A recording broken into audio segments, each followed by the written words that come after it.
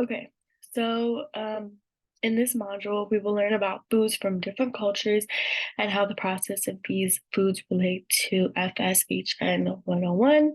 More specifically, we will learn about acid cooking, nixtamalization, and laminated and phyllo doughs. We will start with the basic, which is that acid cooking uses vinegar or citrus juice to be able to break down proteins and tenderize whatever it is, whatever it is that you're cooking. And we're gonna jump right in. So when doing these acid cookings, we can use the example of ceviche, which is a food in Latin America that is made by the fermentation of seafood. Next, we'll be talking about nixtamalization. Nixtamalization is a Mesoamerican tradition that is used for enhancing flavor and increasing nutritional flavor. Another important thing is that nixtamalization creates a dough known as masa that is used to make many products, which the most famous product that one would know is tortillas. Tortillas are made out of masa. A lot of women in Mexico hand make these masas by pressing the dough down and then using kind of this like flatten type of this like flattening type of thing that they have there. Um, Another example that we can use is pozole. Pozole uses nixtamalization to make the corn soft and make it digestible. Pozole is also a food from Mexican culture.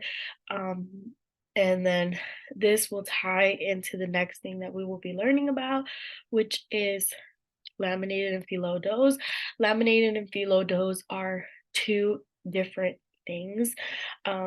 Laminated dough is made with a variety of different ingredients, but the most important part is that all these ingredients are layered over a solid fat layer of butter, which is what makes the bread at the end kind of flaky, like think of a croissant.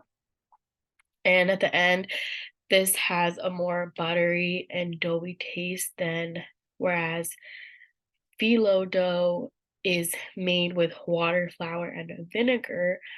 Um, and phyllo dough is mostly used in Greek cuisine. Both of these are mostly used in Greek cuisine, but